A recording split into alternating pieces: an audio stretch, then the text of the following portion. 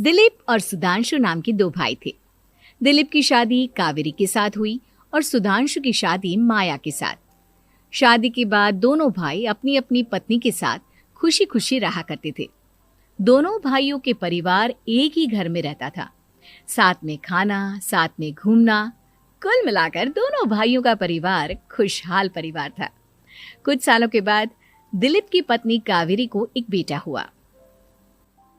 भैया, आज मैं बहुत खुश हूँ। चाचा बन गया हूँ मैं। हाँ भाई साहब, इस बच्चे के घर में आने से तो रौनक आ गई है। मैं सबको बताऊंगी कि मैं तो चाची बन गई हूँ, चाची। तुम दोनों कितने अच्छे हो। हमारे बच्चे के आने से ऐसे खुश हो रहे हो जैसे ये बच्चा तुम्हारा ही हो। बस भैया, अब आपका बेटा इस दुनिया में आ गया ना, हम भी कोशिश करेंगे कि हमारा भी बच्चा जल्दी से इस दुनिया में आ जाए।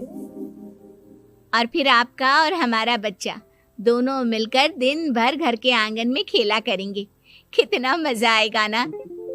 सच कहती हूँ माया, मैं भी उसी दिन का इंतजार कर रही हूँ जब तुम्हारी भी गोद भर जाएगी और मेरे बेटे को एक छोटा भाई या बहन मिल जाएगी। 1 साल बीत जाता है।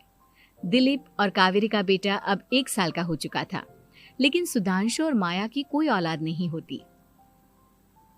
माया, लगता है कि हमारी जिंदगी में बच्चे का सुख ही नहीं है। ऐसा क्यों कहते हैं? दिलीप भाई साहब का बेटा भी तो हमारा ही बेटा है ना। तुम्हारी बात बिल्कुल ठीक है माया, लेकिन फिर भी हमारा खुद का एक बच्चा होता तो कितना अच्छा होता। हाँ, कावेरी भाभी भी हमेशा कहती हैं उन्हें अपने बेटे के लिए एक छोटा भाई या बहन चाहिए। लेकिन देखिए ना, हमारी तो किस्मत ही कितनी खराब है। हमारे तो सारे ट्रीटमेंट भी फेल हो चुके हैं। डॉक्टर ने भी साफ साफ कह दिया है कि तुम कभी माँ नहीं बन सकती। वही तो सुधांशु, बहुत बुरी किस्मत है हमारी। लेकिन माया, हम अपनी किस्मत को इतना क्यों कोस रहे हैं? हम दिलीप भाई साहब के बेटे को अपने बेटे की तरह ही प्यार कर सकते हैं ना। हाँ जी, बिल्कुल सच कहा। मैं भी वैसा कर सकती हूँ। चाची हूँ, उसे छोटी माँ का प्यार नहीं दूंगी क्या? कुछ दिनों के बाद दिलीप का एक दोस्त दिलीप से मिलने के लिए आता है। अरे क्या बात है दिलीप, बधाई हो बधाई। और घर तो काफी बड़ा है तुम्हारा। वैसे तुमने अपने बेटे के बारे में क्या सोचा है? भैया, और क्या सोचेंगे, बस उसे पढ़ा लिखा कर अफसर बनाएंगे, उसकी पढ़ाई पर खर्च करेंगे। अरे भाभी, आपकी तो इतनी सारी प्रॉपर्टी है, आपको किस बात की चिंता? ले देकर एक बेटा ही तो है। अरे नहीं दोस्त, तुम गलत समझ रहे हो। इस घर में मैं और मेरा छोटा भाई दोनों रहते हैं। इस घर का आधा हिस्सा मेरे छोटे भाई का है। अच्छा, कितने बच्चे हैं तुम्हारे छोटे भाई के? भैया, उनके साथ ना कुछ प्रॉब्लम है। मेरी देवरानी कभी माँ नहीं बन सकती। अरे फिर किस बात की चिंता? अरे मैं तो कहता हूँ अपने बेटे के भविष्य के बारे में सोचिए ही मत। बस ये घर उसके नाम करवा दीजिए। देखिए, आपके भाई का भी कोई बच्चा नहीं है तो सब कुछ आपके बेटे को ही मिलना चाहिए। लेकिन ऐसा करना क्या सही होगा? अगर उनका बच्चा नहीं है तो क्या हुआ? ये घर आधा उनका है, उनकी जो मर्जी है वो करें। अरे कैसी बात करते हो? उनकी कोई औलाद नहीं है, वो क्या करेंगे प्रॉपर्टी अपने नाम रखकर? हाँ, वैसे भाई साहब, आपकी बात तो बिल्कुल सही है। अब जो कुछ भी है वो हमारे बेटे का ही तो है। आखिर वही तो इस घर के वंश को आगे बढ़ाएगा। मैं कल ही देवर जी से बात करती हूँ। अगले दिन सुधांशु और माया, इधर आओ। तुम दोनों से एक बहुत जरूरी बात करनी है मुझे। बताइए ना भाभी, क्या बात है? आपको कहीं जाना है तो आप अपने बेटे को मेरे पास छोड़कर जाइए। मैं ही पूरा दिन रख लूंगी उसे। अरे नहीं माया, वो तो मुझे पता है। मैं किसी और चीज के बारे में बात करना चाहती हूँ। बताइए ना भाभी, क्या बात है? देखिए देवर जी, आपका कोई बच्चा है नहीं, लेकिन मैं जानती हूँ कि आप हमारे बेटे को अपने बेटे की तरह ही प्यार करते हैं। भाभी, बेटी की तरह नहीं, वो हमारा ही बेटा है। मेरे लिए तो वो मेरा ही बच्चा है। वही तो फिर क्यों ना ये सारी प्रॉपर्टी हम मेरे बेटे के नाम करवा दे, क्योंकि तुम्हारा हो या मेरा, हम सबका एक ही तो है बेटा। लेकिन भाभी, अभी तो वो सिर्फ 1 साल का है। अभी से प्रॉपर्टी उसके नाम करवाने का क्या मतलब है? देखिए देवर जी, जो काम जितना जल्दी हो जाए ना उतना अच्छा। आने वाले वक्त का क्या भरोसा। भाभी भरोसा क्यों नहीं, हम तो हमेशा आपके बेटे को माँ बाप की तरह ही प्यार करेंगे। हाँ, लेकिन फिर भी मैं चाहती हूँ कि ये सारी प्रॉपर्टी मेरे बेटे के नाम हो जाए। अब मुझे नहीं लगता तुम दोनों को इसमें कोई भी परेशानी होगी, है ना? भाभी वैसे तो आप जो कह रही हैं वो बहुत जल्दबाजी है, लेकिन फिर भी अगर आपको ऐसा लगता है तो ठीक है, कल ही प्रॉपर्टी के पेपर बनवा लीजिए, मैं और माया उस पर साइन कर देंगे। इस तरह से अगले दिन प्रॉपर्टी के पेपर बनवाकर सारी प्रॉपर्टी दिलीप और कावेरी के बेटे के नाम पर करवा दी जाती है। कुछ दिनों के बाद सुधांशु, सुबह सुबह ये कौन लोग आ गए हैं तुम्हारे घर पर? भैया वो ऊपर वाला कमरा खाली पड़ा था ना, सोच रहा था किराएदार रख देता हूँ। लेकिन किराएदार रखने से पहले आपने हमसे पूछा भी नहीं। भाभी इसमें आपसे पूछने वाली क्या बात थी, हमें एक ही कमरे की जरूरत थी, इसलिए सोचा दूसरा कमरा किराया पर दे देते हैं, कुछ इनकम हो जाएगी।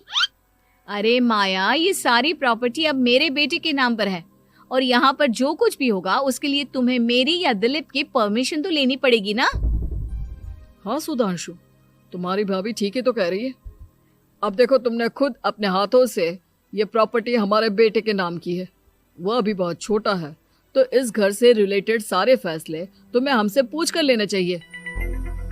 भाभी हमें तो लगा था कि आप हम लोगों से बहुत प्यार करती हैं, लेकिन आप तो हमारे साथ भेदभाव करने लगी। अरे इसमें भेदभाव करने वाली क्या बात है? और मैंने कौन सा तुमसे कुछ गलत मांग लिया? अरे ले देकर मेरा बेटा इकलौता इस पूरे वंश का वारिस है, सब कुछ उसके नाम है। तुम्हें इस बात से जलन क्यों हो रही है? भाभी माया को जलन नहीं हो रही, वो तो बस ऐसे ही कह रही थी। सब जानती हूँ मैं, इसकी खुद की तो कोई औलाद पैदा नहीं हुई, बस इसीलिए जब देखो तब मेरे बेटे पर बुरी नजर डालती रहती है। देखो माया, कावेरी तुमसे बड़ी है, वो जैसा कहती है वैसा करो।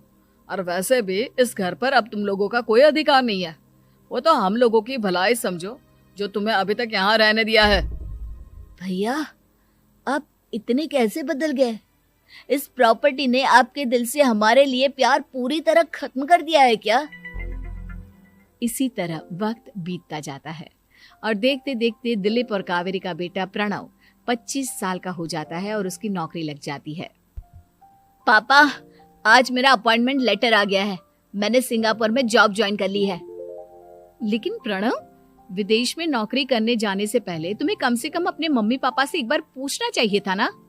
इसमें पूछने वाली क्या बात है माँ, मैं सिंगापुर जाकर जॉब करना चाहता हूँ तो करना चाहता हूँ। देखो प्रणव, हमने तुम्हारे लिए इतनी सारी प्रॉपर्टी यहाँ पर रखी हुई है, उन सब का क्या होगा?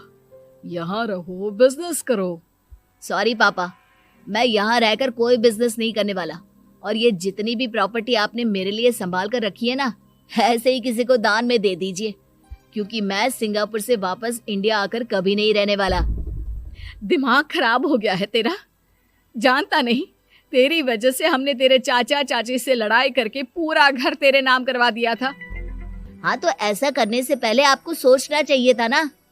और मम्मा, मैं तो वैसे भी उस वक्त 1 साल का था, मेरा इस मैटर से कोई लेना देना नहीं है। कैसी बात कर रहा है ये लड़का? अरे तेरी वजह से अपने छोटे भाई से दुश्मनी लेकर बैठा हूं मैंने तो उसे घर से भी निकाल दिया। जानता नहीं तू, बाजू वाले घर में एक छोटा सा कमरा किराए पर लेकर रहते हैं तेरे चाचा चाची, और ये सब मैंने तेरे लिए किया। देखिए पापा, आपने जो कुछ भी किया अपने लिए किया। मैंने आपसे कब कहा था कि मुझे ये प्रॉपर्टी और घर चाहिए? और वैसे भी अपने भाई के साथ इस तरह का बिहेव करके आपने कोई अच्छा काम तो किया नहीं। तू सही कह रहा है बेटा, हमने तेरे चक्कर में अपने छोटे भाई जैसे देवर और बहन जैसी देवरानी को इस घर से निकाल दिया। बहुत बड़ी गलती हो गई मुझसे। ठीक है मॉम, तो अब आप अपनी गलती सुधारो, लेकिन मुझे तो फॉरेन जाना है, मैं वहीं जाऊंगा। अब आगे क्या करना है ये आपका डिसीजन है। और प्रणव सिंगापुर जॉब करने के लिए चला जाता है। कुछ दिनों के बाद जब दिलीप और कावेरी को अपनी गलती का एहसास होता है तो वो सुधांशु के घर पहुंचती है।